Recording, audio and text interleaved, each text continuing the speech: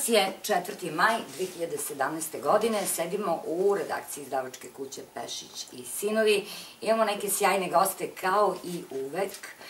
Evo, prvo ću da predstavim čoveka u belom odelu, koji nije Preletačević, već nam dolazi iz zemlje Belgije, on je belgijanac, po imenu Chris Roman, posle ću pričati o njemu i počet ću razgovor sa njim, ali sa moje desne strane sedi jedna sjajna, briljantna dama, to je naša drugarica Svetlana, koja je, evo sada smo rekli, posle 20 godina života u Francuskoj rešila da emigrira i zamislite gde je, u zemlju svog porekla, u zemlju Srbiju. Chris Roman je čovek koji je na čelu jedne organizacije u Belgiji koja se zove Evrorus. Šta to znači? Kakve su ideje ove organizacije, čime se oni bave, saznaćemo u razgovoru sa Chrisom Romanom, koji je prvi put u Beogradu. Chris, tu es pour la première fois à Belgrade. Oui, oui, oui, oui. Bonjour et sois bienvenue. Merci beaucoup. Et je dis, la première impression, c'est que je me sens le bienvenu ici. Da, eto, rekao nam je da se osjeća dobrodošlim ovde, što je dobro za početak. I mi volimo kada nam dođu ovakvi prijatelji. A zašto? Chris Roman je, kao što rekoh, na čelu jedne organizacije i sada ću ga pitati šta zapravo znači Evrorus. D'abord, est-ce que tu peux m'expliquer qu'est-ce que ça veut dire ta organisation Evrorus? Mais je pense que le nom est très clair. Dans le nom, on voit Europe et on voit Russie. Et il faut quand même comprendre que je vis en Belgique. La Belgique, c'est le centre de l'OTAN, le centre de l'Union européenne et le centre de la russophobie, on peut presque dire. Et nous faisons un plaidoyer pour l'amitié entre tout le peuple européen, la Russie compris. La Russie compris. Ça, c'est le but de notre organisation. Bon. Sa, eto, naravno, dok Chris ovo govori, vama ide titl i vi ste već čuli da je u epicentru neke rusofobije trenutno napravljena organizacija Evrorus koja se naravno zalaže za dobre odnose sa Rusijom i za Rusiju koja je u sastavu Evrope, dakle.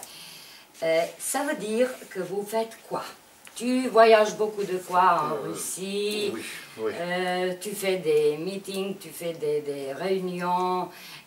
Aussi, je sais que tu étais contre le bombardement de la Serbie. Oui. Bio je i protiv, Chris je, upravo se ga pitala da nam kaže i njegov angažman tokom bombardovanja Srbije 99. godine. Qu'est-ce que tu as fait pendant le bombardement de la chose qu'il y a, c'est que nous voulons faire une action en OTAN, une action en paix, je répète, en paix, parce que pour ça, il y avait des copains, des amis qui avaient amené leurs femmes. Il faut même dire qu'à ce moment-là, mon ex était enceinte de ma plus jeune fille, voilà, et que nous avons pensé que la Belgique était une démocratie et qu'on pouvait manifester en paix contre le bombardement quand même des femmes et des enfants serbes, contre la tuerie de l'OTAN et tous les crimes de guerre.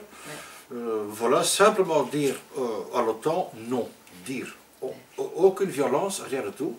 Et dès qu'on arrivait à Bruxelles, tout Bruxelles était encerclé par la police et tous les gens qui voulaient faire partie de l'action ont été embarqués, ont été mis en prison jusque la nuit. Tu étais en prison aussi? Oui. Et voilà, mon ex était enceinte de 4 mois. J'ai pensé qu'ils allaient lâcher, parce que quand même c'était clair, on n'avait aucune intention d'utiliser la violence, mais elle aussi a été en prison jusque la nuit. C'est ça que je dis à ma fille, la plus jeune, Freya, je dis, tu n'étais pas encore né et tu es déjà en prison. Mais on en rigole aujourd'hui, mais quelque part c'est scandaleux. Ça veut dire que les criminels de l'OTAN bombardent des civils. Je dis parce qu'ici à Belgrade habitent des civils, c'est pas l'armée. Et même dire non à ce crime nous amène en prison. Voilà. Voilà. C'est horrible. Et vous comprenez que je ne crois plus dans la démocratie en Europe. L'Union européenne, c'est un peu, comment dire ça, c'est un peu... Nous savons que ça n'existe pas. Un goulag de luxe. Hein. Un goulag, voilà, un goulag de luxe. Quand on dit qu'est-ce que les gens veulent bien entendre, on n'a pas de problème. On va au football, on travaille, on paye la taxe, pas de problème. Dès qu'on dit non au système, on risque d'avoir beaucoup de problèmes. Et bien sûr, tout ça, ça m'a quand même stimulé à commencer à faire la politique il y a longtemps. Et tu as vu un petit lumière dans la Russie? En Russie, oui. Oui. Oui. Pas en Europe, en Russie. En Russie. Pourquoi tu regardes la Russie comme une lumière? Parce que je vais une fois comparer. En Europe et en Russie, il y a deux lumières. Ce sont des lumières différentes. Bon. En Russie, c'est une lumière qui éclaire tout, comme le soleil. C'est le soleil qui se lève. C'est à l'est, vous savez qu'à l'est, le soleil se lève là. Ouais. C'est pas à l'ouest. À l'ouest, c'est une lumière qu'on dit, c'est la lumière dans un tunnel. Mais moi, j'ai appris quand on est dans le tunnel et on voit une lumière, il faut faire attention parce que c'est un train qui arrive. On peut se faire écraser. Ça, c'est l'Europe. Ça, c'est l'Europe, oui. Voilà. Mais je peux vous dire une chose. Et je pense que c'est la même chose pour la Serbie. Si on veut comprendre la Russie, si on veut comprendre la lumière qui est la Russie, on peut le comprendre par le cœur et pas par le cerveau. Et aujourd'hui, ici, je pense que pour la Serbie, c'est la même chose. On peut absolument, encore moins, je pense, comprendre les Serbes avec le cerveau. Ici, il faut absolument les comprendre avec le cœur. Oui. Et qu'est-ce que moi j'aime bien en Russie, c'est la mentalité des gens. Ouais. Ils sont un peu anarchistes au bord, mais dans cette anarchie, quand on comprend le système, quand on comprend la société, comment elle fonctionne, dans cette anarchie, il y a quand même une très grande ordre.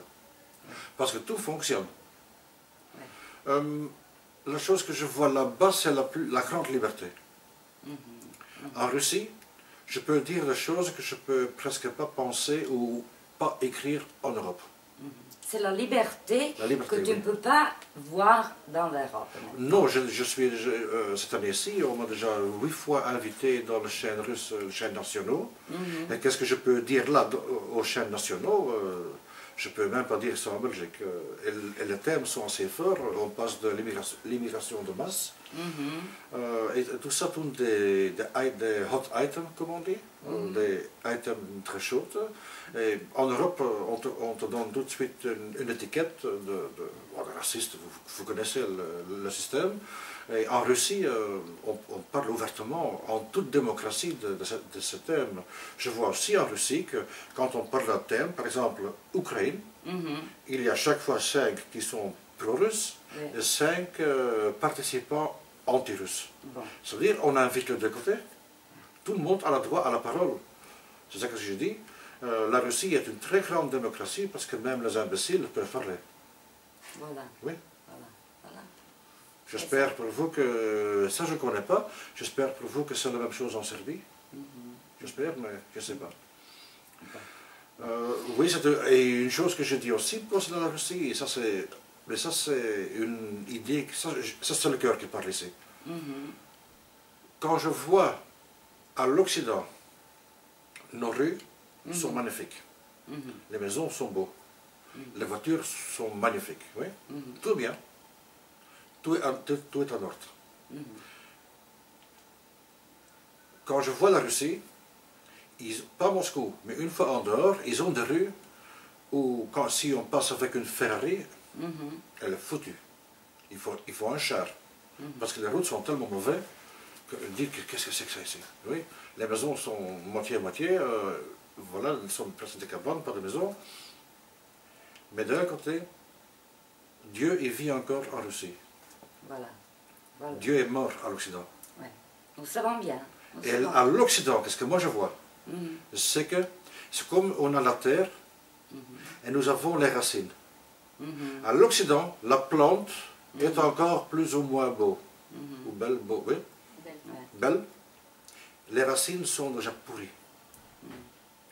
à l'Est, parce que vous avez connu des guerres, n'oubliez pas, la Deuxième Guerre mondiale, la Première Guerre mondiale, les Slaves ont payé un grand prix hein, pour la liberté des Européens, un grand prix. Hein. À l'Ouest de l'Europe, les plantes étaient un peu, comme on dit, un peu secs, un peu moins beaux par le moment, mais vos racines sont vraiment solides. Ce sont des racines qui sont encore complets, comme ils étaient il y a 1000 ans. J'étais dans le Donbass, et là je l'ai vu. Tout était bombardé, mais quand tu parles avec les gens, là c'est patriotisme, c'est Dieu, c'est... vos racines sont encore intactes. Et c'est pour ça que moi je dis, le futur appartient à l'Europe de l'Est. L'Europe de l'Ouest, ça c'est un Titanic. Et le Titanic est déjà, il n'est pas comme ça, il est déjà comme ça. Est-ce qu'on peut le sauver? Je ne crois pas. Moi, je ne crois pas. Et qu'est-ce que tu penses, quel est le futur de l'Europe occidentale? Le futur de l'Europe, au pire des cas, un califat. Je pense que c'est même le but de nos politiciens. C'est un plan. L'immigration de masse sert à détruire tout ce qu'il y a en Europe, pour casser toute l'identité des peuples européens. Et le futur va être très bien, ça va être un melting pot de gens, de déracinés. On peut presque dire des zombies. Et l'Europe, au pire des cas, c'est un califat, ou un petit moins grave, aussi grave, ça sera un État qui ressemble à ce que George Orwell a décrit dans son livre 1984. Quand on lit ce livre, c'est ça qu'on voit. Nous avons par exemple, chez nous, je vois maintenant, pendant que je suis ici, qu'en Flandre, ils ont inventé de nouveaux caméras pour, à la route, on va nous suivre partout. Ça veut dire, des caméras super intelligentes, ils savent flasher et contrôler 32 voitures en même temps, sophistiquées. On va faire du traject control, vous connaissez ça, partout, ça veut dire, on passe ici, on passe là-bas, on sait à chaque détail où on est. Je pense que c'est bientôt nous aurons des caméras à la toilette. Hein. Oui. Ça c'est la liberté en Europe. De l'autre côté, je vois ici à l'Occident, je connais bien la Russie, il y a une plus grande liberté. Si quelqu'un a par exemple fait un délit en voiture, la police est plus raisonnable. Les amendes ne sont pas si grandes, c'est la petite amende, ok, voilà, c'est un peu comme à l'école, ok, c'est pas grave. Hein. On est plus souple. Je peux presque dire, c'est un mot que j'aime pas utiliser, mais l'Europe, ça devient un grand État, comme les Russes disent, néofasciste, oui, comme les Russes le disent, dans le sens là du terme. Oui. La New World Order commence chez nous. Bon, mais à la fin, tu as reconnu tout ça, la situation, et tu as décidé d'acheter quelque chose en Russie et de se transférer un jour là-bas. La chose que j'ai fait, que bien sûr, je vais regarder là-bas, bien sûr, oui. Parce que c'est la future. Oui, mais la chose qu'il y a aussi, c'est que je suis souvent en Russie, souvent, et chaque fois logé chez les amis, c'est un peu beaucoup, et c'est quand même bien d'avoir sa propre place. Voilà. Très bien, oui. très bien. C'est un pas. Quand tu viendras la prochaine fois à Belgrade, de nouveau? Ah, c'est Dieu qui décide, bien sûr. Mais j'espère que nous pouvons organiser une conférence russe. Absolument. Peut-être en juillet ou en septembre, quelque chose comme ça. Il faut décider avec les autres personnes. Et voilà, je pense que ça pourrait être très bien parce que si maintenant, avant septembre, nous organisons une conférence russe à Belgrade, par exemple, très bien, ça sera la première conférence en dehors de la Belgique, de Eurus. Très bien. Et comme symbole, ça peut être très fort. Très fort. Et pour cela, vous avez organisé Euro-Russe ici à Belgrade. Oui. Et je veux parler de quelque chose, oui, je vais parler quelque chose au sujet de ça avec Svetlana. Dakle, upravo smo čuli da je u Beogradu organizovana organizacija koja je na neki način jedna sestrinska, da tako kažemo, organizacija sa ovom koja već postoji u Belgiji, a to je Evro-ruska organizacija, na čijem čelu se nalazi naša draga Svetlana. Pa hajde, molim te, ovako iz prve ruke, Svetlana, da saznamo čime će organizacija da se bavi sledećih meseci, pre nego što se bude organizovala ta jedna velika konferencija, recimo u septembru, kako je Kris najavio. Pa, organizacija, to je udruženje, ono je dosta nova, tek počinje, tek se rađa, tek uči, u stvari, da funkcioniše kako treba. Tako da, ono što za sada radi je da širi informacije koje se tiču Srbije i Rusije i Srbije uopšte, šta se dešava u Srbiji, šta se dešava u odnosima između Srbije i Rusije, takođe prati aktualne događaje. A šta bi ona mogla da uradi pre te konferencije? Pa naravno tražit ćemo teme kojima možemo da se bavimo, izabrat ćemo neku temu za tu konferenciju i naravno potražiti ljude koji će moći o toj temi da pričaju. Naravno to iziskuje dosta rada, treba kontaktirati ljude, treba sve to organizovati, treba svi da budu dostupni u isto vreme, treba naći mesto i tako dalje. Tako da to je dosta posla za takvu jednu mladu organizaciju koja u principu nema puno ljudi još uvek. To se tek razvija.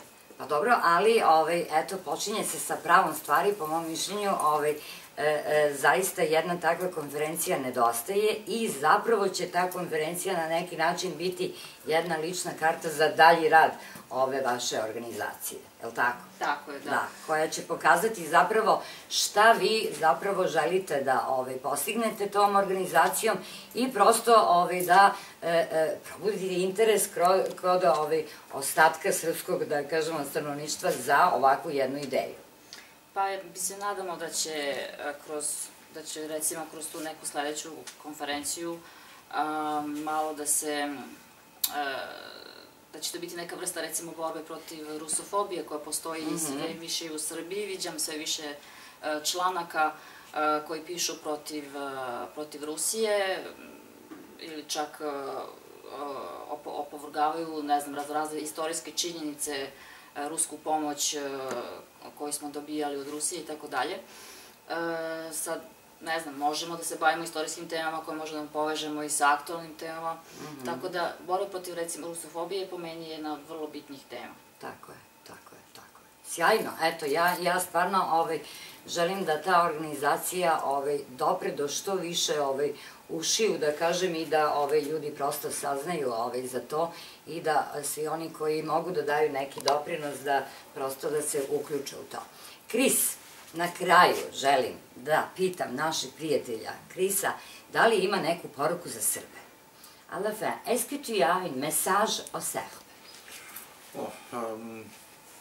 Maintenant encore plus qu'avant. Parce qu'en quelques jours à Belgrade, j'ai déjà fait mes premiers pas à comprendre mieux la Serbie. Très bien. Parce qu'on peut comprendre la Serbie par le livre, par le vidéo YouTube, bien sûr, par les chansons qu'on entend là, par les histoires, tout ça, bien sûr. Mais c'est un peu quand il y a un bain et on n'est pas encore dedans, on peut apprendre toute technique du bain. Ça soit l'eau, ça soit le fiance, oui. Mais une fois qu'on est dans le bain et on ressent tout ça, on comprend mieux l'eau chaude, on comprend mieux le bain. Ici, je suis dans le bain. Et qu'est-ce que je veux dire aux Serbes? Une chose,